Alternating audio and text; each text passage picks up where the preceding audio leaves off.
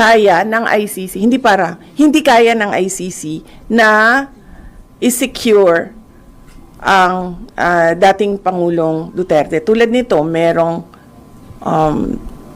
pagbisita sa isang agent ng government na ito din yung gobyerno na nagdala sa kanya, nagkidnap sa kanya dito sa Pilipinas, tapos dinala siya sa Hague.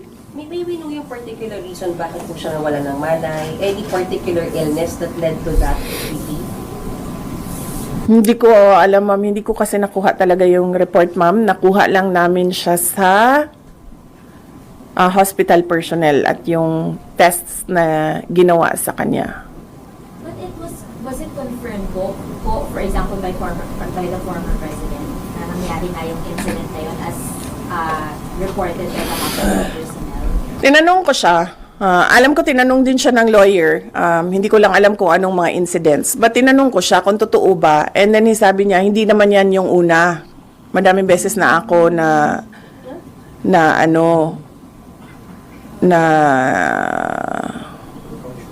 may ganyan.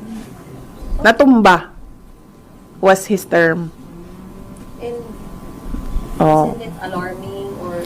Yes, it's very alarming. That is why I released a statement stating that clearly the ICC do not have full control of the safety and security of the former president, because I believe, and the way I see it, he needs 24-hour caregiver, bedside care. So, yan din yung sinasabi ko sa kanila. Keeping him in without a trial date, without a date for confirmation of charges, it's just plain cruelty ba? Pinapahirapan nila yung tao.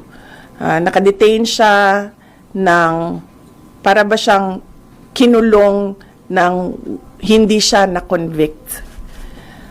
Kaya sinasabi ko doon sa statement na for humanitarian purposes, they should give or they should allow the interim release of former President Duterte. Anyway, wala namang plano yung tao na lumayas. Nakita naman natin sa behavior ni dating Pangulong Duterte noon, hindi naman siya nagte-threaten ng witnesses or ng mga complainants. And wala naman siyang balak bumalik as mayor ng Davao City, because sinasabi nga niya, wala naman ako doon, and that would be an injustice to the Davaoenos na meron silang mayor na wala doon. So, wala nang legal reason ba kung bakit hindi pa ibigay yung interim release? Hindi ko to ask lang, nagkaroon ng rumor dun sa malawakang protesta 2 weeks ago. Meron mo bang nakipag-usap sa inyo for a possible change in leadership? Wala, ma'am.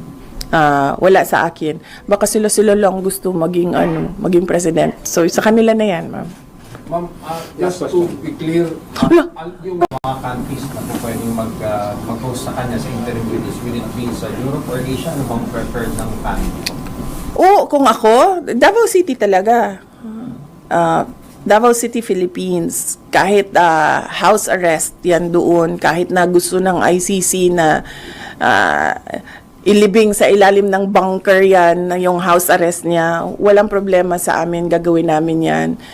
In fact, I think mas makabuti pa nga kung ibigay na lang yung interim release na yan, because we can encourage him to cooperate sa mangyayari na trial kung meron man, or mangyayari na hearings kung meron man. And mahalaga sa amin yung word of honor namin, no, sa pamilya. So kung sinabi namin na papaniguraduhin namin na lahat ng hearing na sinabi ng ICC na umattend siya, papaniguraduhin namin na nandun siya. We recognize Mr. President, Senator Jinggoy Estrada.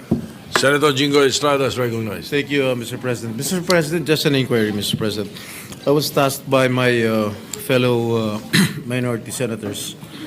Since last week, during our last session, if my memory serves me right, last Wednesday, we discussed the twin resolutions.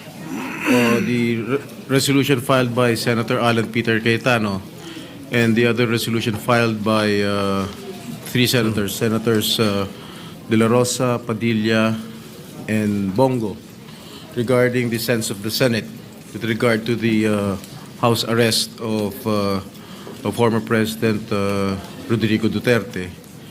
And we agreed during the last week's hearing that it will be discussed during the All Senators Caucus, which happened yesterday.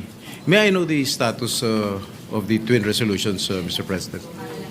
Mr. President, with the information, for the information of the body, we did have an all-member caucus, but the minority was not there. Only Senator Padilla was Robin there. Padilla. But it's not their fault, Mr. President. Dumating po si Vice President Sara Duterte, so they were, of course, accommodating and hosting Madam Vice President's office nila. Discuss it. We are more than willing to Lengthy discuss again. it, Mr. President. Okay. So yun na lang po, Mr. President. We can discuss it later on after the business of the day. Yes, But I only believe for second reading. the gentleman from Nueva Ecija, Camarines Norte, and Mindanao would like to be recognized. Senator Robin Padilla is recognized. Maraming salamat po, Ginoong Pangulo, at sa ating pinunong mayorya.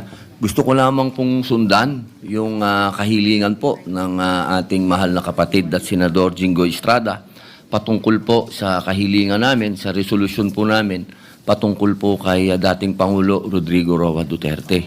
At gusto ko lamang din pong kunin po ang atensyon ng ating mga kasama na kami po kasi ay nangangamba kasi meron pong mga usap-usapan na yung dati pong senador na si Antonio Trillanes ay nagpunta daw po sa The Hague at ang pinaniniwalaan po ng karamihan ay siya po ay nagpunta mismo sa kulungan ni dating Pangulong Rodrigo Roa Duterte. Nais lang po sana namin itong malinawan dahil matagal po akong nakulong sa Bilibid. Hindi po kailanman na meron pong pupunta na tao na hindi mo gustong makita. Yun po, tatanungin ka muna ng gwardiya kung gusto mo bang makita itong taong ito. Yun lamang po, gusto lamang po naming malinawan kasi meron na pong matinding sakit si Tatay Digong. Sa kasalukuyan po, siya po ay meron ng tinatawag nating early signs of dementia.